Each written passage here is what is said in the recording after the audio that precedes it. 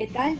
Muy buenas noches y muy buenas noches, queridos participantes, y en especial a nuestro presentador, el señor Jacobo, quien es representante de Coreco. Y obviamente les gracias a Coreco por la oportunidad que nos está brindando.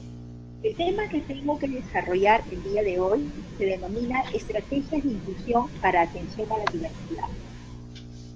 Antes que nada, sabemos de que ustedes pueden realizar algún tipo de intervención, ya sea a nivel de preguntas o a nivel de chat, con la posible interacción que podamos trabajar. Por eso plantearía la primera pregunta. ¿Cuándo decimos que se atiende a la diversidad? ¿Cuándo decimos que se atiende a la diversidad?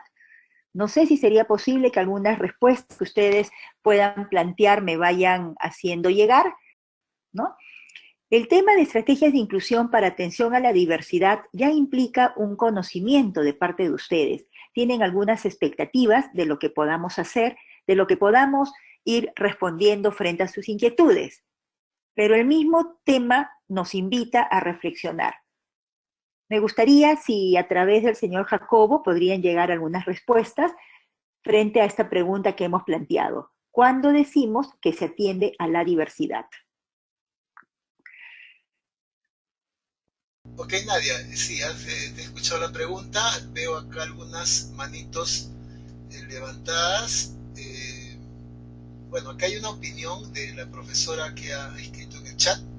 Dice, en relación a la pregunta, ¿cuándo se da posibilidades a desarrollar? Es cuando se da posibilidades a desarrollar las diferentes habilidades de los estudiantes.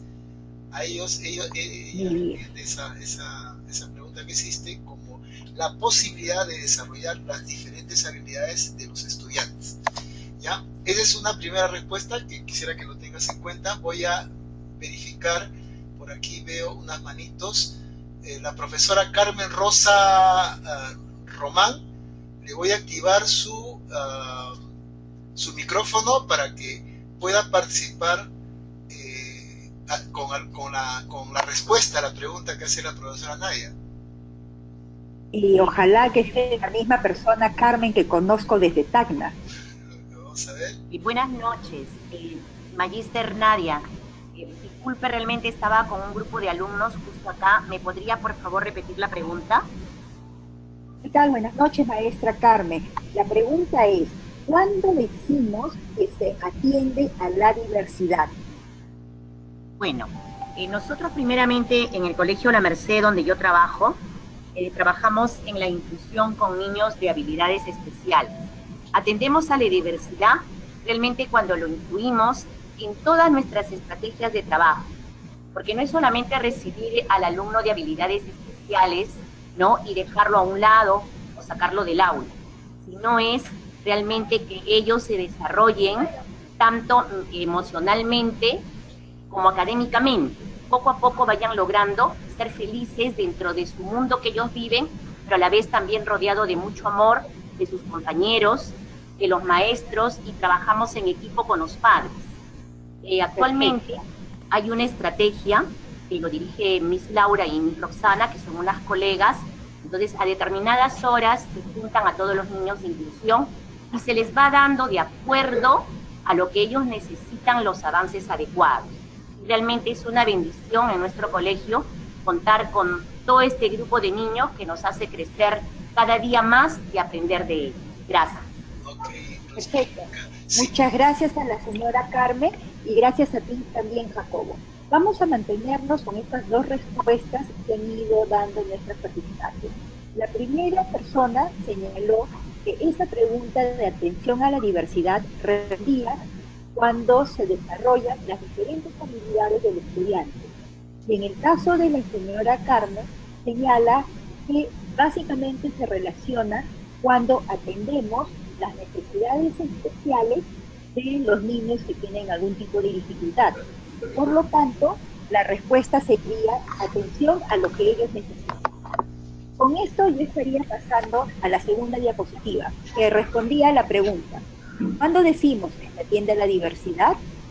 Y generalmente la relacionamos cuando mencionamos que nuestro niño es diferente, tiene menos habilidades para el aprendizaje y generalmente se dirige a educación especial o educación básica alternativa. Estimado Jacobo, no sé si estamos en línea porque hay una interrupción del audio. Ok. Profesora Nadia, sí, habían algunas participaciones, otras más, no sé si les puedo leer una o otras más, o ya, continúa nomás, no hay problema. No, estamos bien. Pensé que no habían más bien disculpen y seguimos, porque ya hemos puesto la segunda, pero seguimos acotando mayores participaciones. Por favor, Jacobo. Ok.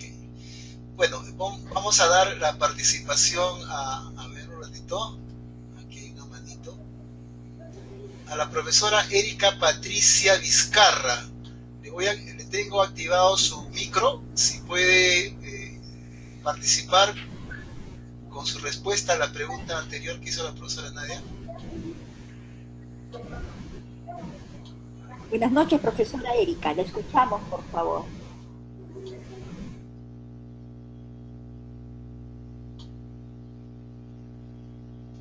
Profesora Erika, la estamos escuchando. Buenas noches. Sí, parece ser que no. Ya vamos a ver las preguntas de chat, que sí había varias. Un ratito.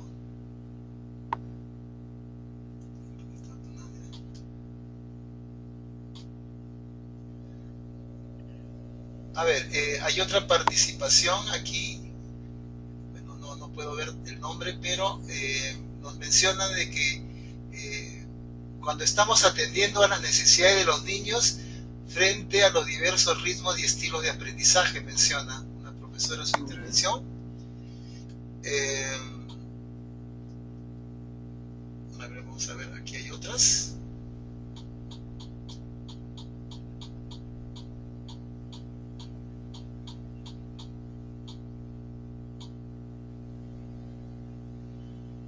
Bueno, vamos a continuar por ahora con esas preguntas, Nadia. Perfecto. Entonces nos quedamos con esta tercera participación a través del chat, donde nuestra docente responde que atender a la diversidad implica la atención a los niños según sus diversos ritmos y estilos de aprendizaje. Todo esto vamos a observar que va relacionado a lo que nosotros entendemos por atención a la diversidad. Si vemos, todas las personas somos diferentes en primer lugar, en aspectos físicos, en aspectos cognitivos, en aspectos sociales, etc. Quiere decir que somos diferentes a nivel físico porque podemos ser más altos, podemos ser más bajos, podemos tener mayor fuerza, podemos tener mejor coordinación, podemos tener mayor tono muscular. En ese aspecto todos somos diferentes y por lo tanto, si nos centramos en los estudiantes, un niño con mayor coordinación motora, con mejor coordinación motriz fina, con una mayor fuerza muscular, obviamente va a tener alguna oportunidad mejor que frente a otro niño que tenga disminuida su capacidad motora. En eso ya estamos viendo que somos diversos. También decimos que las personas somos diferentes a nivel cognitivo, y cuando decimos nivel cognitivo nos estamos relacionando con las habilidades básicas o superiores. Quiere decir, algunas personas tenemos tal vez un mejor nivel de atención, otras tenemos un nivel de atención un poco más bajo. Algunas personas podemos llegar a un razonamiento de nivel alto, mientras que otras personas simplemente pueden razonar a un nivel básico o literal o conceptual. O podemos hacer relaciones, categorizaciones complejas y otras personas pueden llegar a un nivel simple porque su nivel de comprensión es disminuido. En este sentido, volvemos a mencionar que todos seguimos siendo diferentes. Por lo tanto, tenemos que atender en nuestras aulas a esos niños que tienen mayor nivel de atención como al que tiene menor nivel de atención.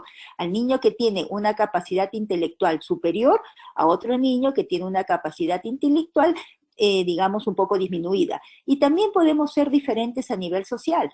Algunas personas pueden ser más autónomas, pueden ser más independientes, pueden tener mayor capacidad de socialización y otros niños, sin embargo, pueden ser tímidos, pueden ser retraídos, pueden tener alguna autoestima baja y por lo tanto su socialización también se ve disminuida. Lo que hemos estado mencionando es la capacidad que tenemos que tener las docentes para ver que todos los niños son diferentes en nuestras aulas. Y por lo tanto, nos estamos relacionando y estamos de acuerdo cuando las tres participantes han mencionado que atender a la diversidad implica diferenciar habilidades diferentes del estudiante. Tenemos que darle a cada uno lo que necesite, como lo mencionó la segunda participante, y también la tercera a través del chat, que debemos de atender los diferentes ritmos y estilos de aprendizaje.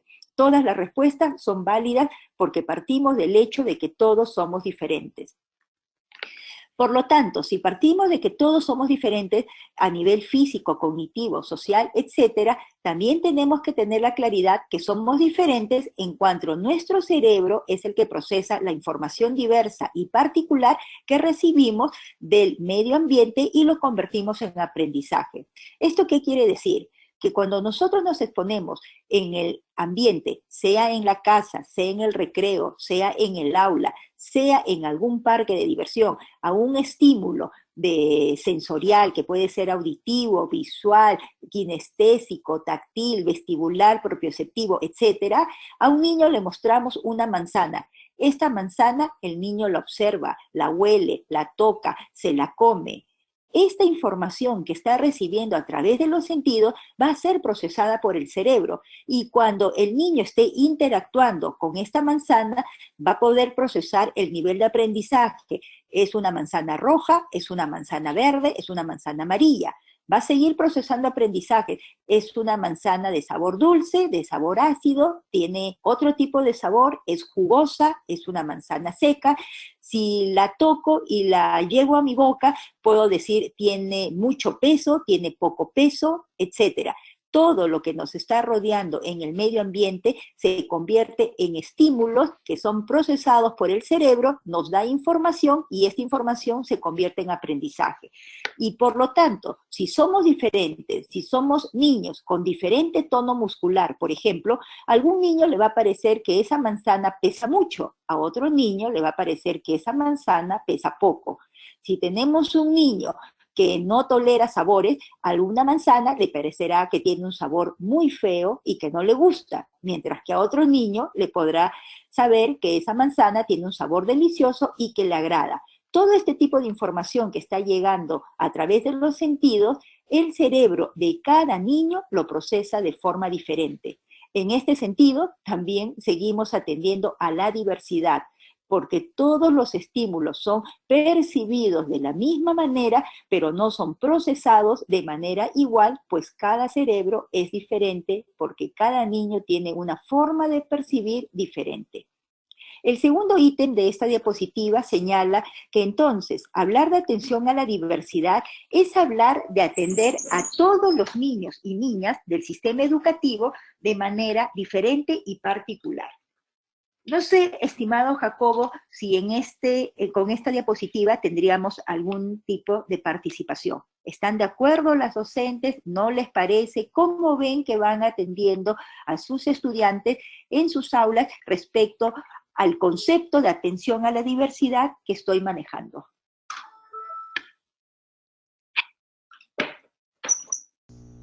Nadia, hay algunas participaciones referidas a la atención a la diversidad que me gustaría compartir también, que los profesores han manifestado aquí.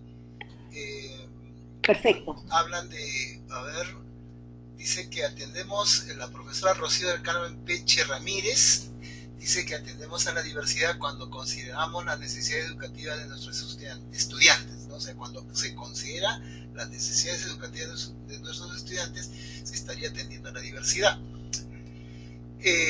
También plantea la profesora Delcy del Carmen Guzmán que también depende también de la diversidad de la edad cronológica, ya que un niño de 3 años y 2 meses no es igual que su desarrollo de un niño de 3 y 8 meses. O sea, hay una diferencia también según su apreciación en el tema de la edad, ¿no? En el caso de secundaria, dice, donde las horas son 1 o 2 horas, es complicado, por no decir difícil, aplicar la atención personalizada. Bueno, hay una apreciación de ese tipo. los alumnos con déficit y los más destacados ingresan a este concepto de atención a la diversidad. Bueno, hay una participación de que dicen que los chicos que tienen dificultades, algún déficit, deben entrar a este tema de la atención a la diversidad. Y en mi aula hay una pequeña, comenta una profesora, con cierto grado de déficit en su aprendizaje. Estoy en exámenes y la he evaluado de manera diferente, pero ¿está bien hacer esta diferencia? Pregunta. ¿Y cómo se le atenderá a un niño con discapacidad visual? En teoría suena muy bien, pero en la práctica es complicada, opina la profesora. Bueno, la impresión que tengo de mi parte es que están centrando bastante que la educación para la diversidad, pues parece ser que lo están entendiendo como que está enfocado a los alumnos que solamente tienen alguna discapacidad o algún problema visual. Bueno, habría que comentarlo esto. Claro, seguimos. Sí, ok. Perfecto. Muchas gracias, Jacobo, y gracias también a los docentes que están participando. Esta diapositiva y el preámbulo que he deseado introducir en esta charla es justamente no sesgar que solamente diversos son los niños que tienen habilidades disminuidas o que tienen algún problema, voy a poner entre comillas, voy a decir atención personalizada, porque tienen nuevamente habilidades disminuidas y tienen alguna edad cronológica también comparativamente menor a los de otros grupos. Tenemos que entender, y les pido por favor a los participantes apertura en el hecho de que la diversidad no es solamente para abajo, vamos a decir, sino también la diversidad es para niños que tienen estímulos y habilidades superiores, o también para cualquier niño regular, pero que tiene algún tipo de problema, habilidad superior que tiene que ser atendida según su necesidad. Creo que en ese aspecto es lo que nos estaba remarcando la profesora Rocío. Todos somos personas que necesitamos que se atiendan nuestras necesidades. Es lo que deseamos que sean satisfechos. Y el sistema escolar debe satisfacer esas necesidades para que podamos continuar con los aprendizajes. Una necesidad puede ser a nivel físico, compañero puede tener una necesidad a nivel social, otro niño puede tener una necesidad a nivel cognitivo, otro niño puede tener una necesidad a nivel emocional. Y todos los niños son diversos, pero si vamos a pensar que estamos en un aula con 30 y que los 30 niños son iguales, pues como docentes vamos a decir que no estamos atendiendo a esta diversidad. Ni siquiera podríamos separar en un aula de 30 a dos grupos, los niños A y los niños B, pues para ser respetuoso con la capacidad personal que tiene cada uno y el hecho de ser un ser individual, tendríamos que decir que en el aula de 30 niños hay 30 niños diferentes y tendríamos que atender a los 30 de manera diversa. Ese es el reto que tenemos los docentes. Y vamos a seguir avanzando. ¿Por qué decimos que tenemos que atender a 30 niños de manera diferente?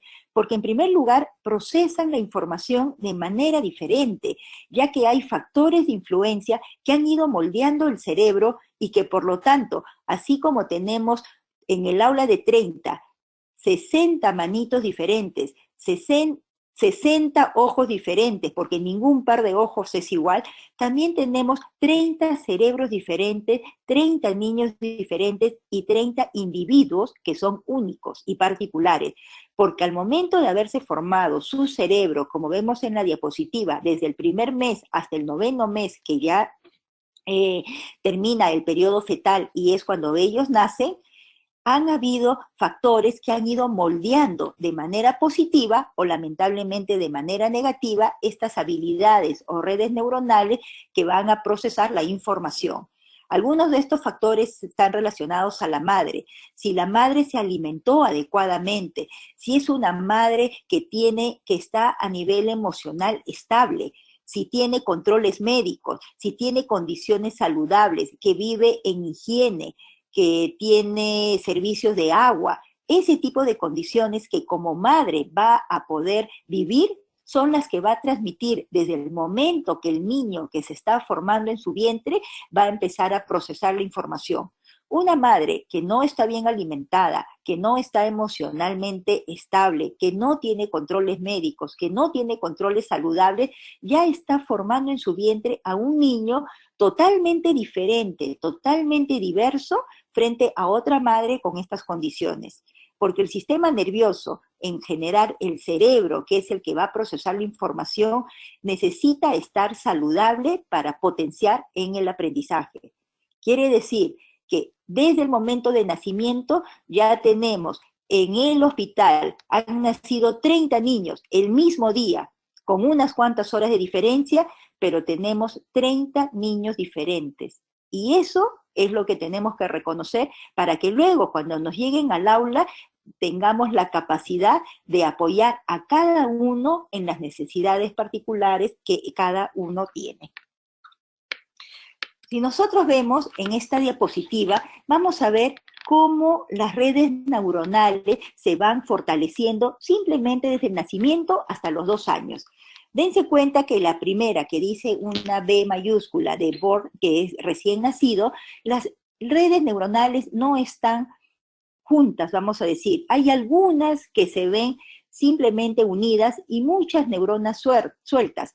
Esto implica que al momento de nacer solamente nacemos con redes para la supervivencia, quiere decir para llorar, para lactar, para respirar, pero no nacemos con unas redes para comunicarnos, por decir a nivel de un lenguaje oral, para poder controlar esfínteres o como para tener la capacidad y habilidad de nuestra manito y poder sostener el biberón y alimentarnos.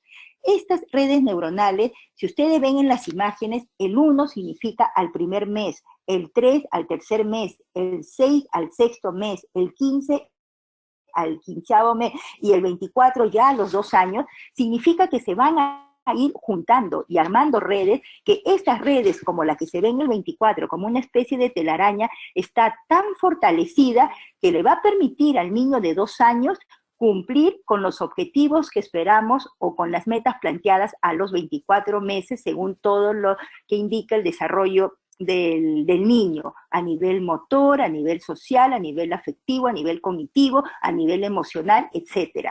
Pero esto va a depender, en primer lugar, de las habilidades que el niño con las cuales haya nacido. Quiere decir que genéticamente se haya conformado gracias a la salud de la madre y haya nacido con un potencial muy hábil para el aprendizaje. En este caso, este niño, si sigue teniendo durante los 24 meses las condiciones favorables para desarrollarse, va a lograr esta estructura de red neuronal y por lo tanto cumplir con los objetivos trazados y esperados a los 24 meses. Pero puede ocurrir también un segundo caso, un niño que nace con todas las condiciones favorables de la madre y logra nacer muy bien al momento que llega a dar a luz la madre. Pero en el lapso de 24 meses, lamentablemente, no le dan atención, no le dan estímulos, no tiene buena alimentación. El niñito está solamente en su cuna sin ningún estímulo externo, sin nadie que le hable, sin nadie que lo atienda, simplemente está, a veces se dice como un paquetito en la casa. Ustedes consideran que este niño va a poder alcanzar el tipo de red neuronal que se está planteando, creemos que la respuesta lógica sería que no. Estos niños se van a quedar tal vez con una red neuronal a los 24 meses cronológicos, pero a nivel cerebral solamente su red puede haber alcanzado tal vez el diseño o arquitectura cerebral de los 15 meses, porque las condiciones no fueron adecuadas.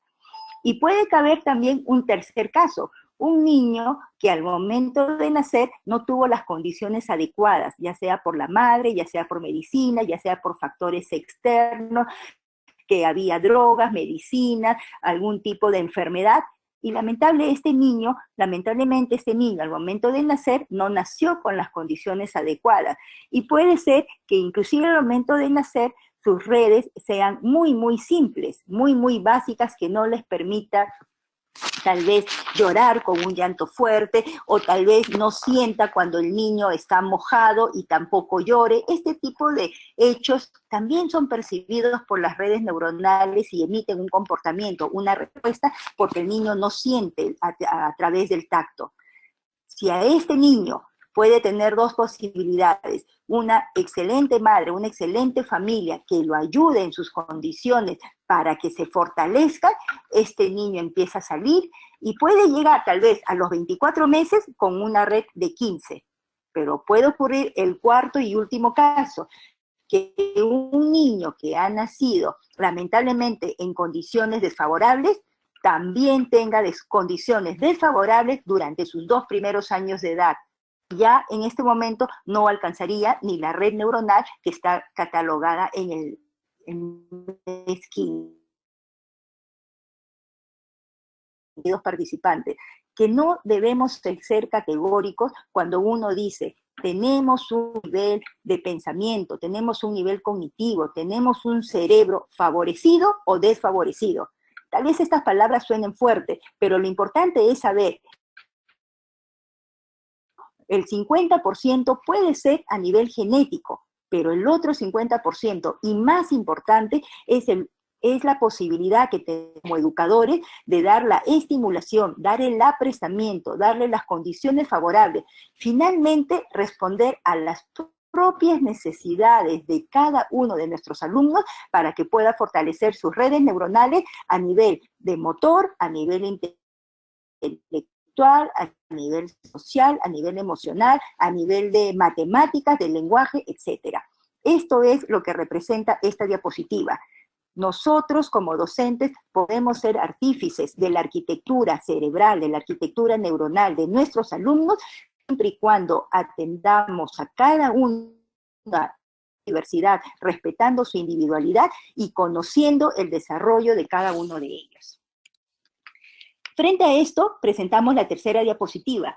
Hemos mencionado en la anterior algún tipo de ejemplo de la arquitectura neuronal de 0 a 2 años, pero tenemos también participantes que son de secundaria. Quiere decir que sus redes neuronales se siguen fortaleciendo hasta la edad de 27, 28 años, que es cuando el cerebro termina de madurar.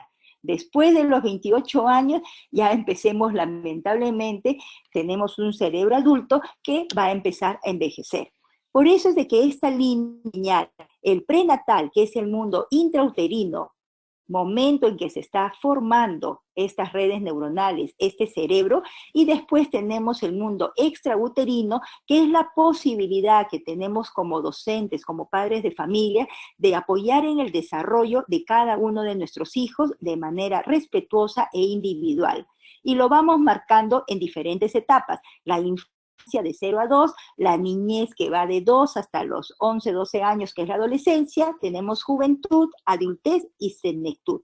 En cada una de estas etapas de la vida tenemos que seguir tratando a nuestros alumnos, a nuestros hijos, a nuestros compañeros como seres individuales que necesitan estrategias para atenderse en su diversidad. Eso es lo que queríamos comentar.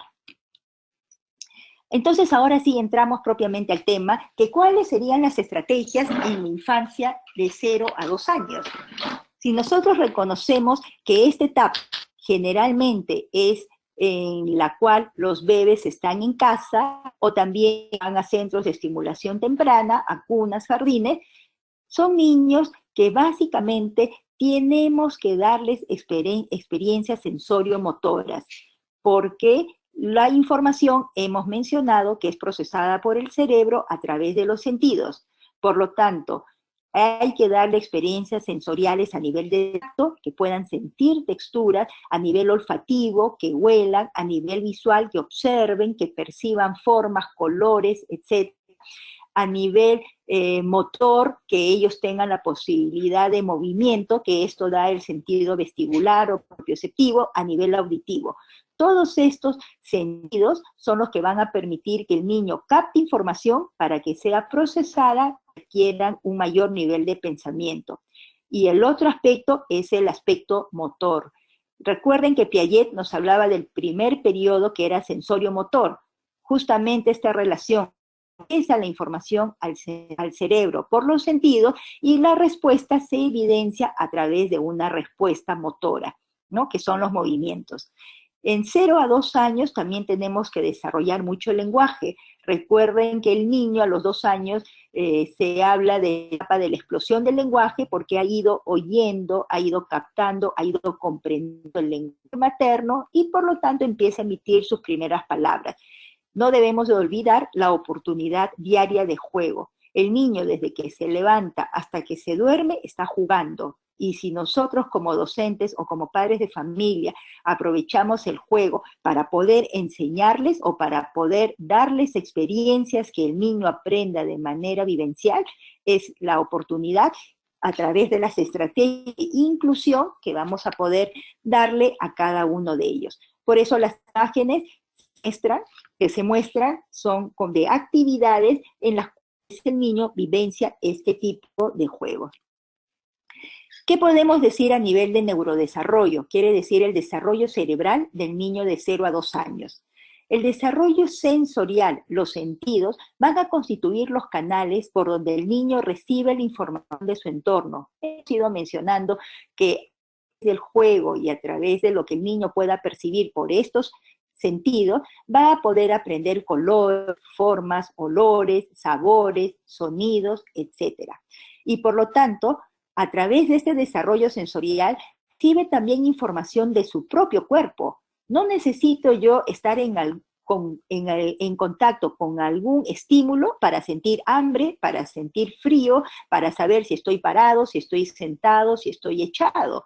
Esta es información que el propio cuerpo nos brinda y también tenemos que hacerle reconocer al pequeño de 2 años cómo es su cuerpo, en qué posición está, cómo lo percibe, que él empiece a vivenciar y a darse cuenta de su propio cuerpo.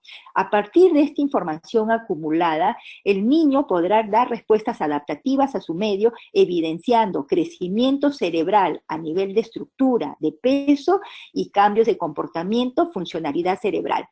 ¿Qué quiere decir eso? Que el niño durante ese periodo de tiempo que ha ido acumulando esa información, como si su cerebro fuera una gran computadora que nosotros vamos almacenando información, pero que luego de esta información va evidenciándose 2 tipos de cambio en el cerebro. El primero, a nivel de estructura. Hemos visto en las imágenes de las redes neuronales cómo se van conformando. De que se vayan, entre comillas, amarrando o haciendo una arquitectura cerebral más compleja, implica que el cerebro está creciendo, que está cambiando en su estructura, cambiando en su forma. Pero tenemos otra segunda oportunidad, que el cerebro cambia a nivel funcional. Quiere decir que un niñito de 0 a 2 primero gateaba, después se para, después camina y después corre. Este tipo de evidencias de comportamiento nos dan respuesta de que hay un cambio a nivel funcional en el cerebro. Esto es lo que generalmente, en el desarrollo de 0 a 2 años. ¿Qué quiero concluir con esta primera etapa de la vida? Que los docentes o las docentes o padres de familia que tengan hijos en edad de 0 a 2 años, básicamente las estrategias para poder atender la diversidad de cada uno de estos pequeños deben ser experiencias sensoriales y experiencias motoras, dando la oportunidad de desarrollar el lenguaje para que puedan ellos diferenciar papá, mamá, hambre, frío, biberón, comida. Todo esto es información y por lo tanto esto va a permitir el aprendizaje a través del juego libre. Esta sería la primera parte, querido Jacobo, de lo que viene a ser las experiencias de 0 a 2 años. Voy a ir pasando a la de 3, que es la siguiente, pero si hay alguna participación de los oyentes, la podrían ir escribiendo en el chat. Gracias. Vamos a ver las estrategias en la niñez temprana. En lo que se refiere a niñez, evidenciamos que acá lo tenemos, que dentro de lo que es la UNESCO, institución universal conocido por todos nosotros, señala que la primera infancia es de 0 a 8 años y la segunda infancia es de 9 a 12. Pero dentro de la primera infancia también tenemos lo que se llama la infancia temprana, la niñez intermedia, la niñez tardía. Términos que dependiendo del autor lo podemos ir manejando, pero generalmente en educación manejamos infancia, niñez, adolescencia, juventud, o también nos podemos regir a Piaget con sus periodos. Esta diapositiva se refiere a las estrategias en la niñez temprana, considerando que es de 3 a 5 años. Y justamente esta coincide con el desarrollo preoperacional señalada por Piaget de 2 a 7 años. ¿Qué nos dice que debemos lograr en esta etapa de 3 a 5? Mayor aumento de vocabulario. Quiere decir que nuestros niños van a evidenciar esta explosión del lenguaje. Ya no solamente van a ser palabras sueltas, sino van a ser palabras que son unidas con un verbo que dan sentido y que ellos pueden construir justamente el lenguaje. Hay una mejora en la pronunciación y comprensión. Podríamos señalar eso a nivel del lenguaje. A nivel motor, vamos a decir que tienen mayor tonicidad muscular, mayor equilibrio, mayor coordinación motriz. Es en esta etapa donde a los niños les gusta correr, saltar, empiezan a montar triciclo, bicicleta, patineta, y esto lo hacen porque les agrada en su juego y porque ellos van evidenciando justamente una mayor habilidad motriz. Se presenta también el juego simbólico. En esta diapositiva vemos una imagen de una niña que está jugando tal vez a la mamá, con un niño que está jugando al papá, cocinando. Este tipo de juego simbólico es la representación, y es muy importante que los docentes nos demos cuenta, puesto que evidencia una representación mental. Es un nivel de pensamiento complejo. El niño tiene que relacionar lo que él ha visto en su casa, él ha visto a través de sus vivencias y lo repite con un propósito, con un sentido. Esto, aunque para algunos docentes puede significar un simple juego, a nivel de psicología, a nivel de desarrollo cerebral, nos evidencia que ya está empezando a cambiar sus estructuras, pues existe un nivel de pensamiento más complejo. Y otra cosa que sí evidenciamos de 3 a 5, las maestras, y por eso hacemos embolillado, rasgado, punzado y todas estas actividades motoras, es que hay una mejor coordinación óculo-manual.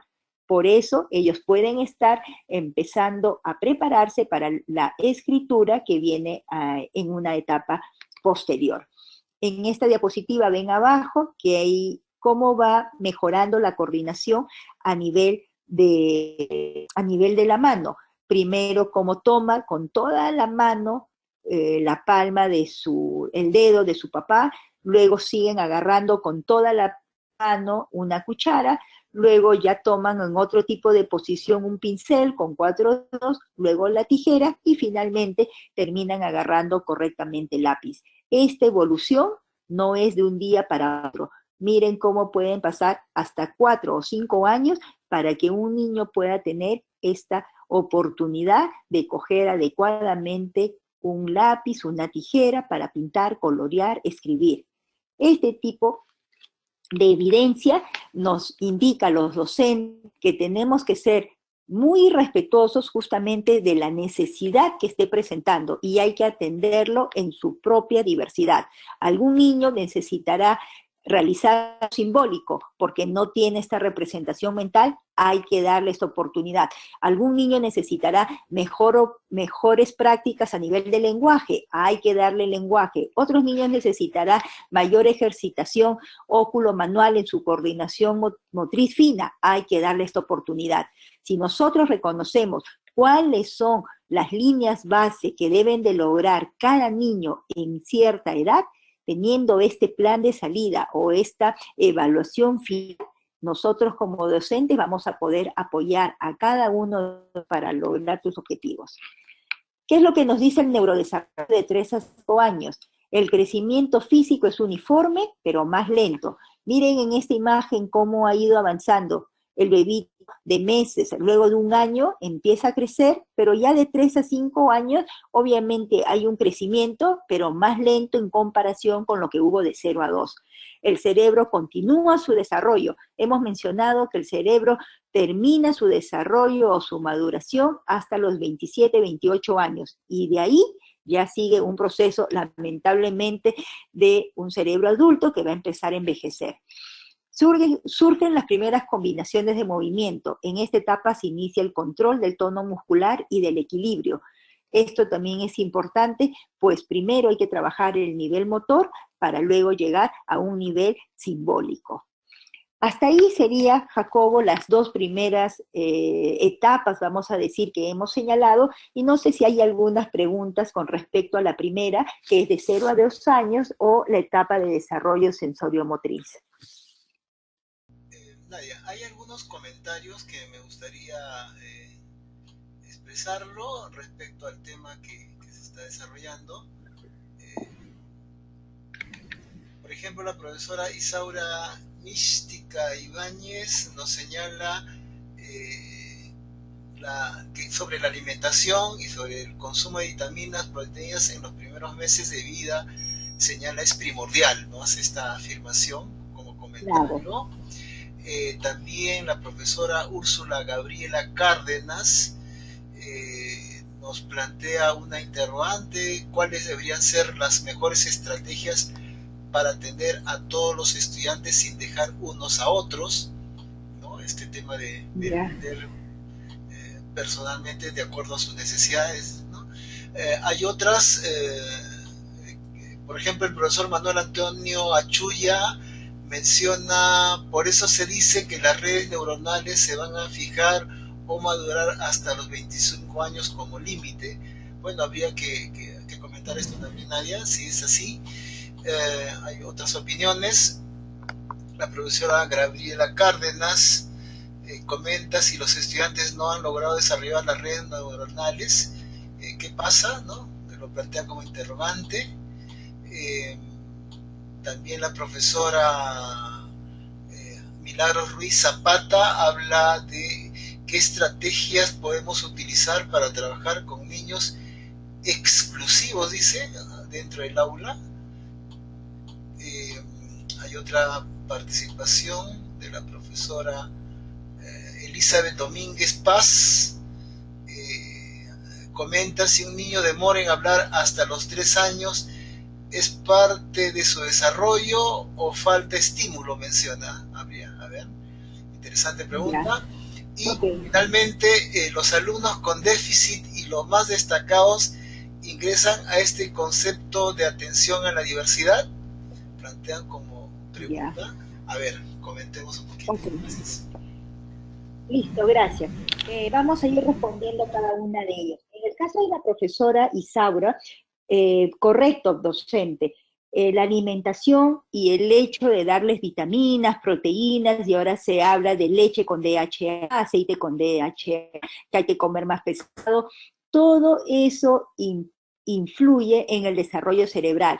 Tenemos que recordar que nuestro cerebro es también una parte biológica, por lo tanto, consume todo lo que viene a ser nuestra energía, y nuestra energía nosotros la obtenemos de la alimentación. Por lo tanto, la vitamina más importante, y siempre lo digo, es la vitamina O, de significado de olla. Tiene que haber alimentación adecuada, porque si no, nuestro cerebro no va a tener la suficiente energía para poder, entre comillas, funcionar, ¿no? Recordemos que el cerebro le consume el 80% de energía que nosotros tenemos. Por lo tanto, significa que si nosotros corremos una maratón, podemos consumir esa cantidad de energía, pero también implica que si un alumno empieza a estudiar, a leer un libro, a hacer un razonamiento matemático, o un niño está jugando con sus juguetes, también está quemando el 80% de energía que su cerebro en este momento requiere. No es diferente. Todo lo que nosotros hacemos a nivel de pensamiento consume energía, y esta energía tiene que estar brindada a través de la alimentación. me alegro que haya señalado esto a la profesora Isaura, porque queda claro que los niños tienen que estar alimentados y los docentes es una hora muy importante verificar las loncheras, la hora de alimentación cuando ellos se quedan también en sus horas de almuerzo. Con respecto a la docente Úrsula, que señala cuáles deberían ser entonces las mejores estrategias para atender a todos. Siempre digo, los docentes tenemos que saber a nivel de psicología del desarrollo evolutivo humano qué es lo que debe lograr qué es lo que deben lograr nuestros alumnos según su edad cronológica. Si tenemos un niño de 5 años, tenemos que saber qué se debe lograr a los 5. Si tenemos un niño de segundo grado de 7, 8 años, tenemos que saber qué debe lograr ese niño a los 8 años. Y por lo tanto, si nosotros sabemos que un niño, por decir, tiene que lograr un nivel alto de lectoescritura, vamos a tener que brindar a todos los niños del salón estrategias para desarrollar este nivel alto de lectoescritura. Pero ¿qué va a ocurrir? Hay algunos que van a poder aprenderlo porque van a poder tener la capacidad cerebral para aprenderlo en una sesión y otros lo van a requerir 3 sesiones y otros van a requerir 5 sesiones y todavía con material diferenciado. Esto es el reto a los docentes, pero todos tenemos que tener claro qué es lo que debe lograr un niño en diciembre, según nuestra currícula nacional, en cada una de las etapas y niveles para poder brindarle las estrategias de acuerdo a la capacidad que tenga.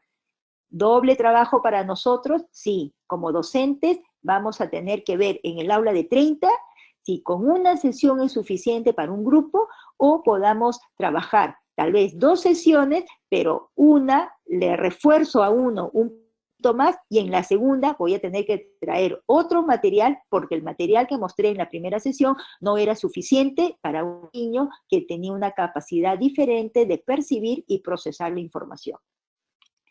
Otra pregunta es si las redes neuronales maduran hasta los 25 años y qué pasa después. Es cierto, hemos dicho, algunas investigaciones señalan 25 años, otros 28, otros 30. Lo importante es reconocer que un cerebro no deja de madurar en nivel inicial, primaria o secundaria. Sigue madurando y sigue fortaleciéndose durante nuestra etapa de la juventud y adultez. Pero también tenemos que saber que luego de esta adultez va a empezar a envejecer y estas redes neuronales, así como se fueron unificando las neuronas, lamentablemente nuestras neuronas después se van soltando y cuando una neurona se suelta, obviamente esa neurona muere porque no pueden mantenerse solas. Siempre las neuronas tienen que estar en redes para que sigan vigentes o sigan funcionando. Es una relación grupal, vamos a decir, que ellas tienen. ¿Qué es lo que tenemos que hacer como adultos si vamos a ver que nuestras redes van a empezar a desmembrarse? Pues por eso se dice que tenemos que seguir leyendo, tenemos que hacer sudokus, tenemos que hacer geniogramas, tenemos que seguir involucrados en actividades que exijan a nuestro cerebro mayor procesamiento de información. Si nosotros dejamos de procesar información, va a ser muy rápido que nuestras redes neuronales se empiecen a perder fortaleza, ¿no? Si nosotros tenemos personas adultas, o mejor dicho, personas mayores, ya en una edad de ancianidad en nuestras casas, nos damos cuenta que ellos demoran mucho en responder. Es justamente no porque estén cansados, sino porque la información que deben de procesar ya se han visto desmembradas estas redes neuronales y mientras ellos tratan de juntar información y conectar una red con otra, es el tiempo que les demora en responder. Por eso se sugiere que a las personas mayores todos los días les demos actividades de lectura, actividades de relaciones, actividades de geniograma, de memoria, para que estas redes sigan unificadas.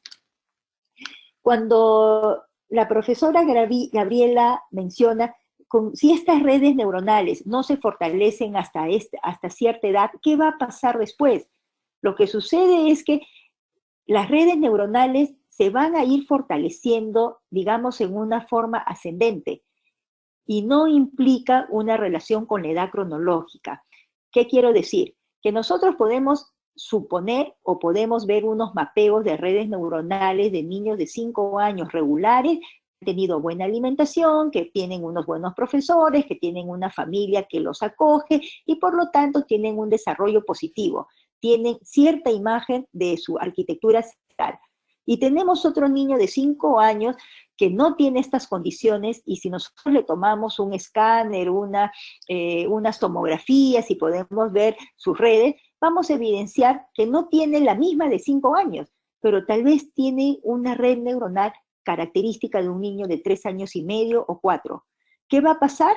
Que simplemente cada uno va a ir ascendiendo en su propia arquitectura cerebral. El niño de 5 años, si sigue siendo estimulado, a los 6 años tener una arquitectura cerebral preciosa de un niño de 6. Y el niño de 5, que tiene una arquitectura de 3 años y medio, si sigue siendo estimulado, llegará a los 6 años con una arquitectura de 4.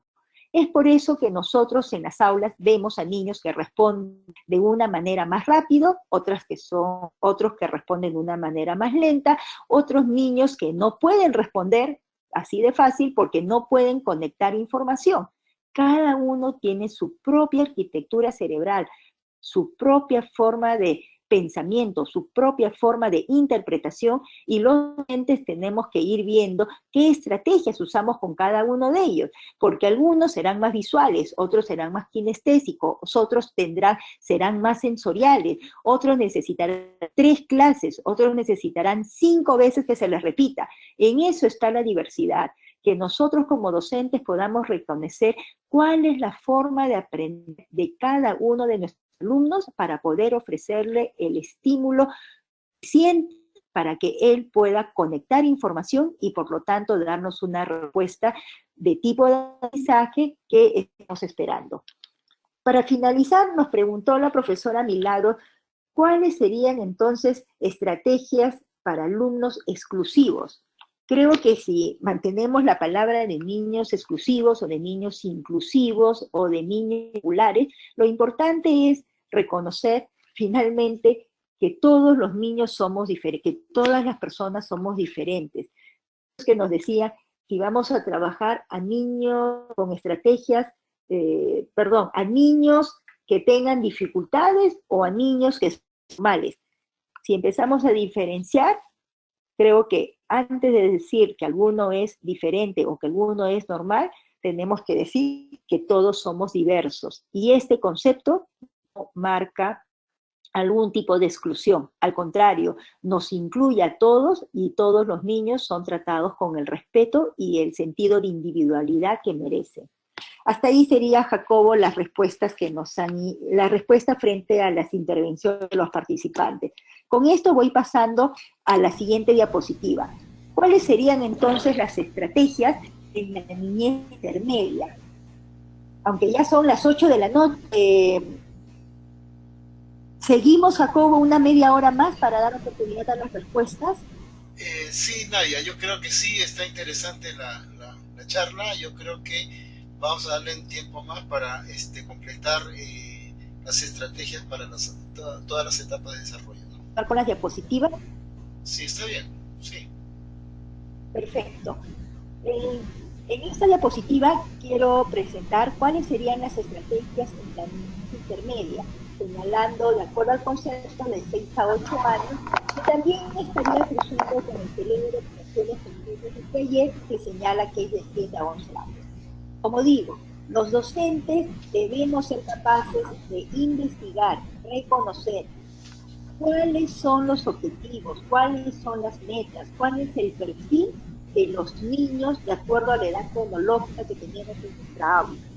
Y partimos de esto, vamos a poder evaluar las listas de cotejo inicial y luego las listas de cotejo a nivel final y ver si estos perfiles se van cumpliendo y si nosotros hemos logrado evidenciar el nivel superior de aprendizaje durante el año escolar que lo tuvimos. Vuelvo a mencionar, en esta etapa se inicia la comprensión de las transformaciones o la capacidad para observar. Quiere decir que tenemos una diapositiva de 5 manzanas juntas y abajo 5 manzanas separadas. Hay muchos niños a esa edad de 6 a 8 que le preguntan, ¿en dónde hay más manzanas? ¿En la fila superior o en la fila inferior? Cuando el niño no tiene capacidad de nos va a decir, abajo hay más. En cambio, hay niños que pueden tener 5 años inclusive, o 6, que van a contar y van a decir 1, 2, 3, 4, 5 en la fila superior y van a mencionar abajo 1, 2, 3, 4, 5 y van a decir hay la misma cantidad a pesar que de diferente ubicación espacial. Esta es lo que nos dice que ayer la capacidad de conservación, el principio de conservación a nivel de numérica, a nivel de área, a nivel de masa, volumen, líquido, peso, quiere decir. Es muy difícil que esto se logre con los profesores a nivel teórico. Por lo tanto, tenemos que echar mano de las experiencias sensoriales. Los niños tienen que tocar, tienen que tocar, tienen que hacer los experimentos de líquidos y luego van a querer hacer una transformación de litros, mililitros, decilitros, kilos, kilogramos, gramos, miligramos. Ellos no entienden este tipo de transformaciones y de conversiones que a veces se tienen extrañas porque el niño no tiene la capacidad de conservación. Son principios que nos dicen desde hace muchísimos años y que la neurociencia lo vuelve a señalar de manera positiva. Hay que trabajar el pensamiento de conservación para que puedan ir bien en matemáticas. Se alcanza también en esta edad un alto nivel de coordinación e independencia segmentaria. Por lo tanto, ya tenemos una letra muy legible, muy clara, los niños tienen coordinación motora fina. Son edades en las cuales al hacer nosotros nuestros perfiles, ya sea de inicio o de salida, ya nos van a ir marcando cuáles son los objetivos o las actividades o los logros que deseamos lograr en cada uno de nuestros niños. La única diferencia va a ser qué estrategia vamos a utilizar. A alguno le irá mejor una estrategia a nivel verbal, de explicación. A otro niño le irá mejor una estrategia a nivel sensorial.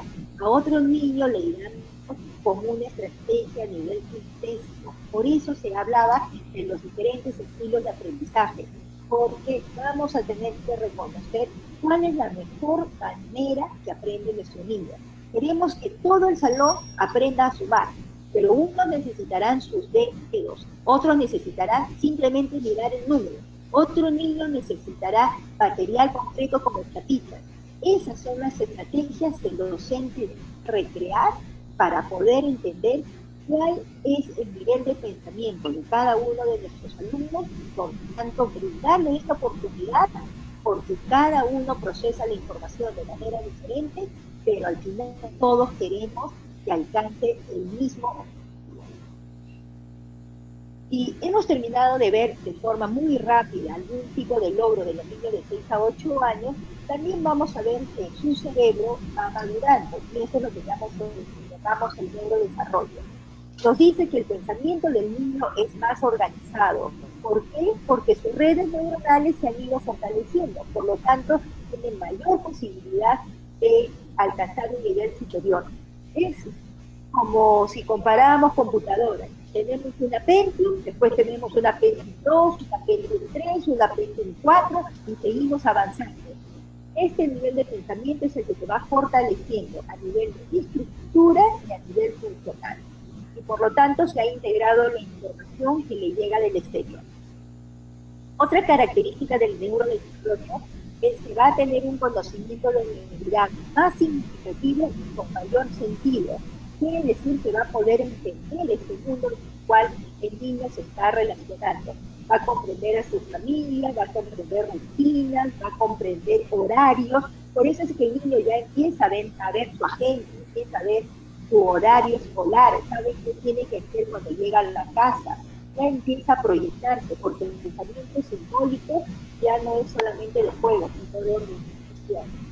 Finalmente, el niño entiende y comienza a interpretar situaciones de manera racional. Quiere decir que da opinión, puede saber si algo es correcto, si algo no es correcto, si algo le parece, empieza a tener juicios de valor.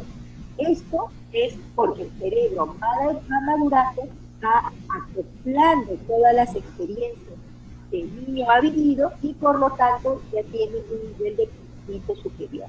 Eso sería lo que quisiéramos comentar del neurodesarrollo de 6 a 8. Hasta ahí sería una de las penúltimas diapositivas a todos. Ok. No sé si hay alguna pregunta. Sí, bueno, tenemos preguntas que voy a compartirlos. Voy a empezar con un comentario que hace la profesora, una interrogante, la profesora Juliana Mabel Ventura.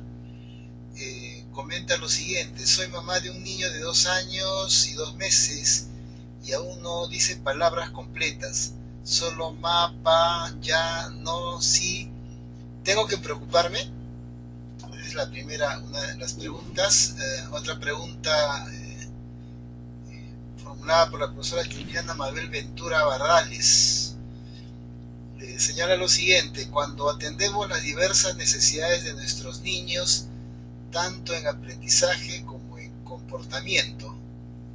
Bueno, es un comentario, ¿no?, sobre la diversidad. A ver, otra opinión por aquí, vamos a ver. Mencionan sobre los estudiantes en secundaria. La profesora Úrsula Gabriel Cárdenas dice que los estudiantes de secundaria pasan del pensamiento concreto al abstracto. ¿Cómo debemos atenderlos si tenemos que lidiar con la presión que tienen en cuanto a sus emociones y presiones y el estrés propio de su edad, ¿no? Bueno, comentar sobre las emociones sería interesante también.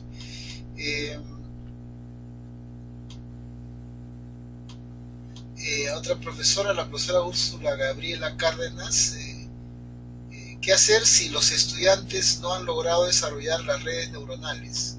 Una interrogante acerca de las redes. Bueno, por ahora esto.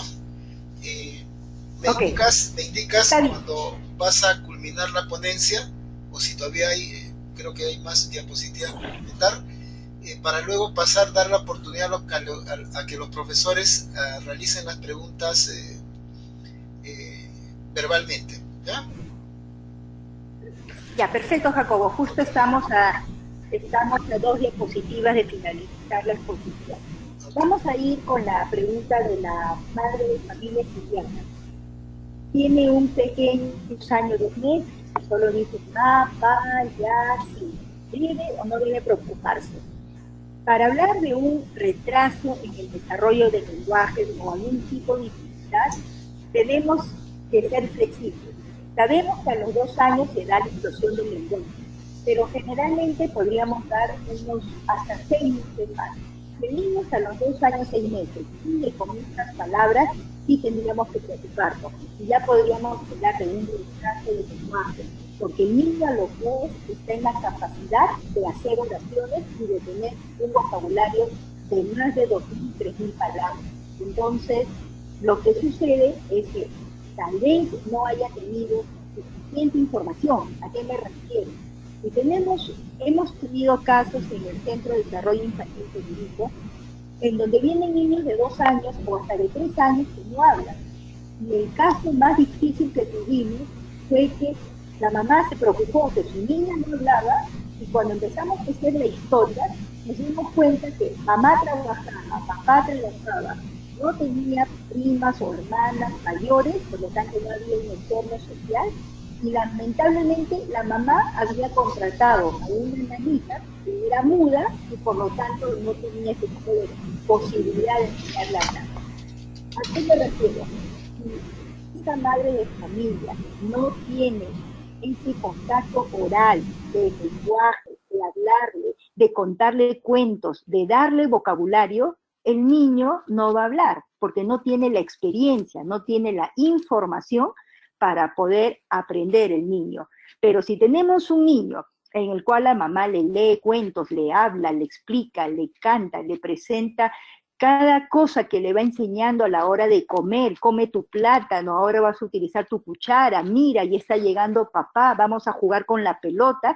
Este tipo de información es la que el niño escucha y obviamente su cerebro va guardando el vocabulario. Es lo mismo que ocurre en primaria y secundaria. cuando empezamos a leer algún tipo de cuento y vemos que alguna palabra es muy difícil y entonces no se la mencionamos y la cambiamos por una palabra fácil. Lo que hay que hacer es mencionarle estas palabras difíciles para que sigan incrementando su vocabulario. Eso es algo que a veces cometemos por error y no permitimos un vocabulario amplio que finalmente no va a lograr la comprensión. En el caso de la señora Juliana, yo le sugeriría que en primer lugar siga dando la oportunidad de vocabulario y de expresión. Y si en estos 4 o 5 meses posteriores el niño o su niña no emite mayores palabras, sí tenga que hacerla ver un especialista para que le haga un diagnóstico, saber qué es lo que está sucediendo, por qué no habla y empezar algún tipo de terapia. En el caso de la profesora que nos pregunta si no han logrado redes neuronales, ¿qué pasa? Vamos a tener que repetir. Las redes neuronales se empiezan a conformar desde el nacimiento. Lo que sucede es que hay alguna arquitectura cerebral que es, por así decirla, muy básica, y otra que es una arquitectura cerebral impresionante, con unas redes preciosas. El niño o la persona que está en estas redes totalmente estructuradas, que es lo que se llama una arquitectura cerebral, por decirlo entre comillas, preciosa, brillante, totalmente armónica, ese niño o esa niña va a tener un comportamiento adecuado, va a poder responder interrogantes de un nivel superior al que se espera a su edad.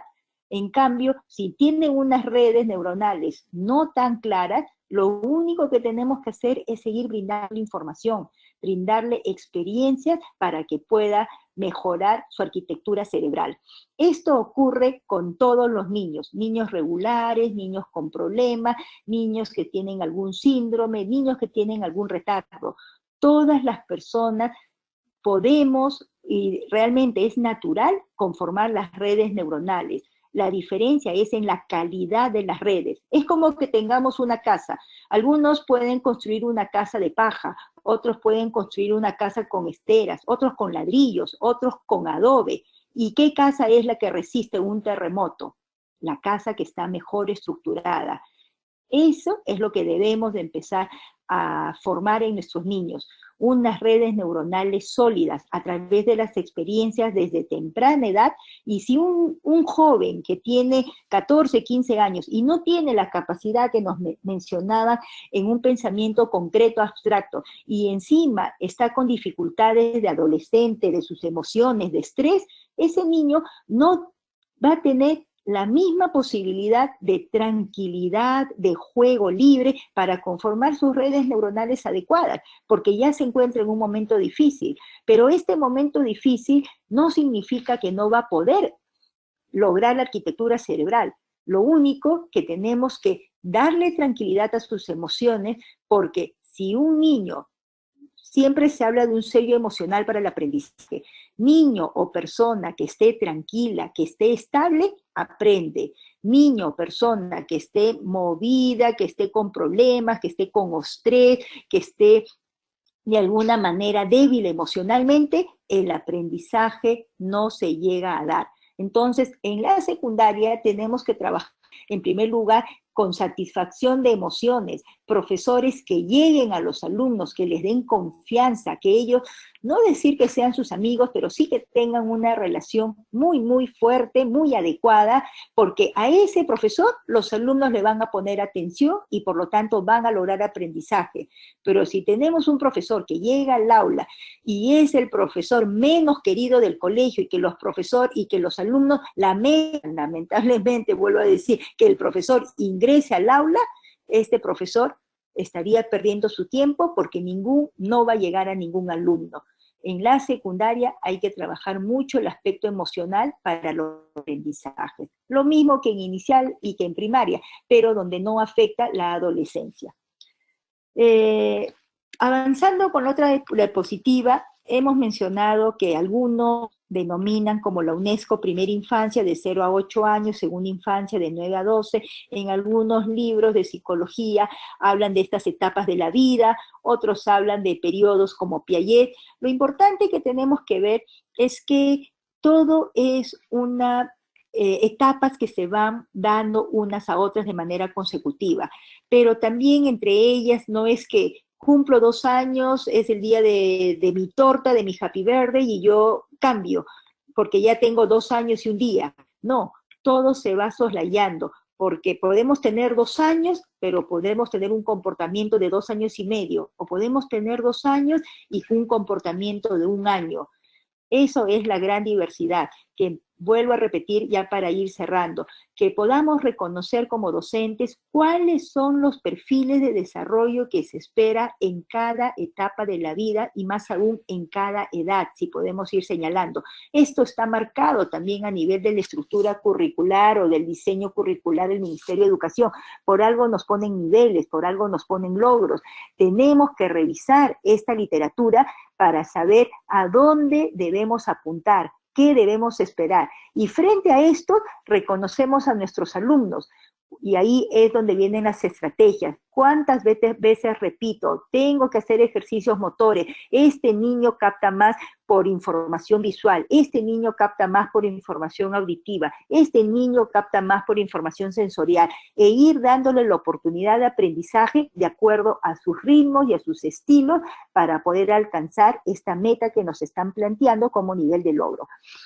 Esta flecha que he puesto acá de etapas de la vida es de la teoría sociobiológica informacional de Pedro Ortiz de Ceballos, que la trabajamos en la diplomatura de la Universidad Católica. Hago un paréntesis, tenemos en la Universidad Católica la Facultad de Educación, la diplomatura en Neuropsicopedagogía y Procesos Cognitivos, en la cual yo soy la coordinadora, y tenemos 8 docentes especializados en neurodesarrollo, neurolingüística, aspecto emocional, neurodesarrollo, y es un año de estudio que nos permite trabajar todo el aspecto educativo desde una visión científica. Y tenemos también lo que nos dice Álvaro Marchesi, secretario general de la Organización de Estados Iberoamericanos, que tiene una oficina acá en Perú.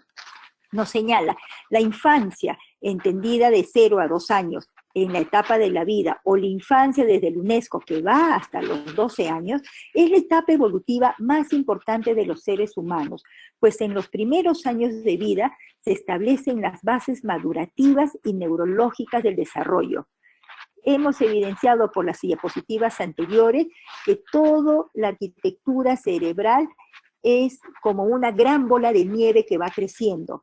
Y este crecimiento no empieza en primer grado o en primero de secundaria, empieza desde el momento de nacimiento.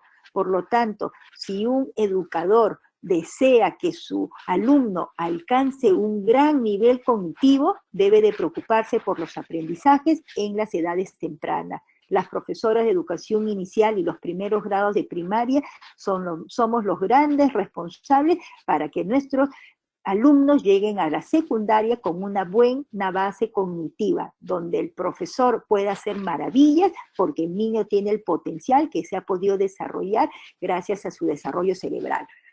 Pocas dudas existen sobre la importancia del desarrollo infantil temprano en el aprendizaje y en el desarrollo social posterior.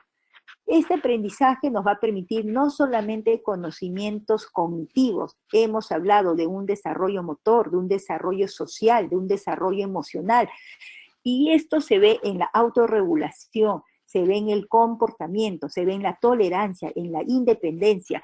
Hay niños o jóvenes que salen del colegio, llegan a la universidad, y hemos tenido el caso en otra universidad que nos preguntan, profesora, ¿y escribo con color rojo o escribo o resalto el título con color azul? Mi pregunta es, ¿qué le enseñó el colegio a estas alumnas donde no tienen la capacidad de decidir cómo apuntes, cómo llevar a cabo su recolección de información? Porque siempre le dijeron qué hacer. No hemos desarrollado en ella el nivel de autonomía, el nivel de independencia, el nivel de creatividad. Son cosas importantes que forman a la persona. Las escuelas están a veces apuntando solo a niveles cognitivos y no nos damos cuenta del daño que se hace si no apuntamos el nivel afectivo y el nivel social. Seguimos con lo que nos menciona Álvaro Marchesi. Las experiencias de los niños en sus primeros años son fundamentales para su progresión posterior. Vuelvo a repetir, todo es como una bola de nieve, las redes neuronales se van estructurando y se van fortaleciendo sobre las bases y experiencias previas. No es extraño por ello que los economistas y los científicos sociales aseguren que los programas que promueven el desarrollo de los niños pequeños son la mejor inversión para lograr el progreso del capital humano y del crecimiento económico. Si se invierte dinero en lo que viene a ser la educación, invertiríamos a veces los padres de familia en educación superior o en educación inicial. Ahí está el kit del asunto. Deberíamos invertir más en educación inicial porque es donde estamos dándole la base y la formación de sus grandes redes neuronales para que cuando lleguen a la educación superior tengan justamente una buena base sobre la cual poder analizar, discutir, inferir, sacar opciones creativas, científicas de investigación. Pero si hemos tenido un niño donde no ha tenido oportunidad de aprendizaje, porque lamentablemente la inversión económica se dio en un poco nivel, entonces vamos a llegar a secundaria o educación superior con un niño cuyas redes neuronales no se vieron fortalecidas. Y por lo tanto, por maravillas que haga un profesor en educación superior, puede ser que no logre el resultado porque ya no tiene la configuración esperada y obviamente no va a poder comprender ese nivel de pensamiento. Conclusión. Para atender a la diversidad, las experiencias tempranas, especialmente las tempranas en la niñez, influyen directamente sobre el desarrollo del cerebro. Y el cerebro, vuelvo a repetir, tiene dos tipos de desarrollo: crecimiento estructural o desarrollo estructural, pesa más, tiene mayores redes, y el segundo es el desarrollo funcional, en el cual nosotros evidenciamos que es más hábil, que es más rápido, que saca mejores conclusiones, que tiene mayor nivel de creatividad, que investiga, que razona. Ese es el desarrollo funcional. Y la última es reconocer características del desarrollo humano para ofrecer oportunidades adecuadas. Quiere decir que los profesores debemos de saber exactamente, según los perfiles, qué debe alcanzar mi alumno para yo proveer todas las actividades y las estrategias diversas para poder lograr este perfil de salida que se está esperando. Vemos en la imagen que hay un rostro que está mirando un vaso de agua. Ahí está ingresando la información. En el cerebro se integra y finalmente, por así decirlo, el cerebro le ordena a mi brazo que tome el vaso de agua y lo lleve a la boca porque tengo sed. Este es un proceso también de aprendizaje. Todo lo que nosotros vamos a observar, escuchar, tocar, oler, gustar o sentir con nuestro propio cuerpo, siempre va a lograr una integración en el cerebro con la información que tenemos, que hemos ido aprendiendo de manera anterior para luego emitir una respuesta, dar generalmente un comportamiento que evidencia que estoy sacando un tipo de conclusión. Eso es lo que ocurre en nuestro cerebro. Niños que no evidencia comportamiento, que no evidencia respuestas en cualquier edad, inicial, primaria o secundaria, es muchas veces porque no han logrado el proceso de integración a nivel de pensamiento o a nivel de cerebro. Eso sería, Jacobo, lo que nosotros teníamos preparados para los participantes y realmente gracias por la oportunidad.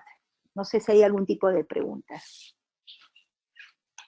Vamos a dar la oportunidad a los profesores que levanten la mano para que podamos cerrar con algunas preguntas.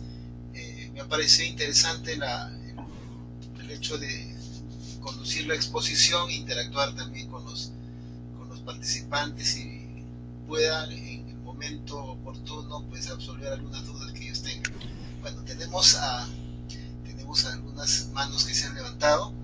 Voy a activar el micrófono para que puedan expresar sus preguntas. Vamos a hacerlo primero con la profesora Lucía Sánchez, por favor. Tiene activado su micrófono. Por favor, puede hacer la pregunta.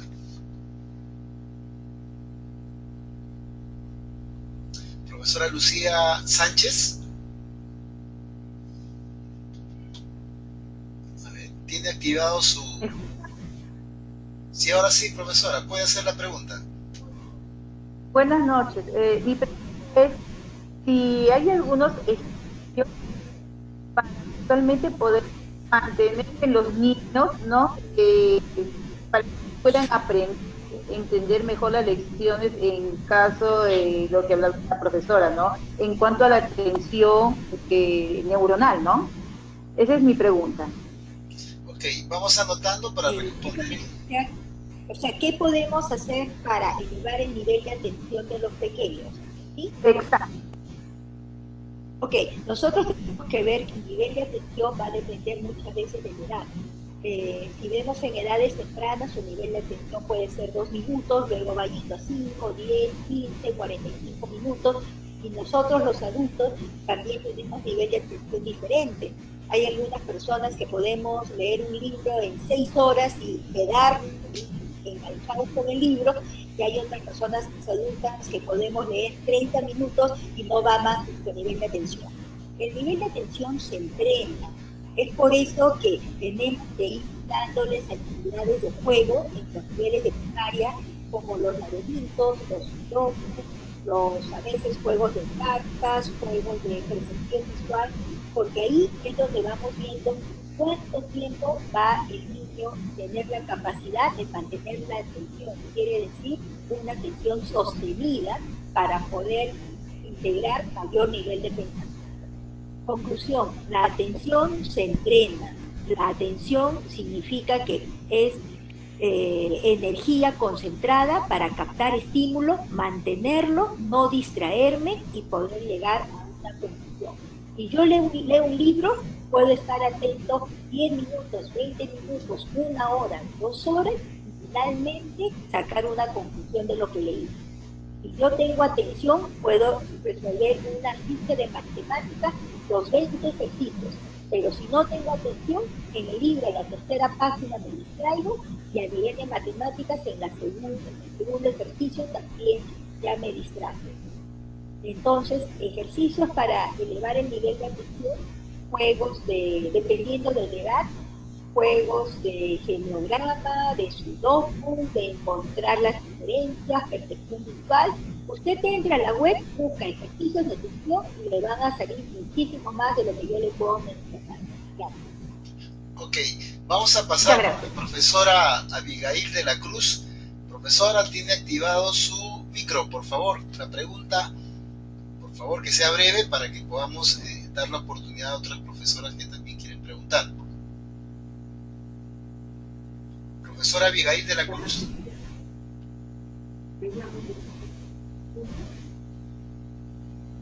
¿Aló?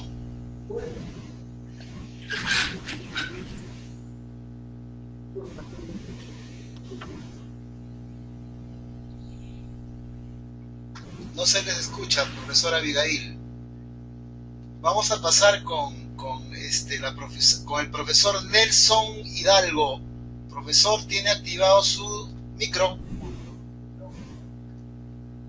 Profesor Nelson.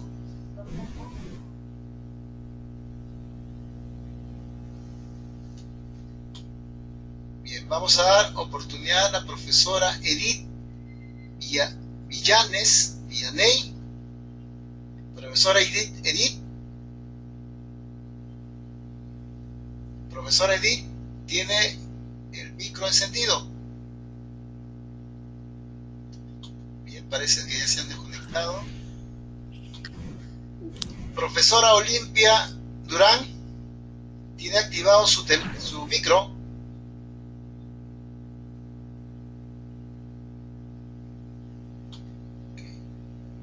Bien, vamos a dar por finalizado la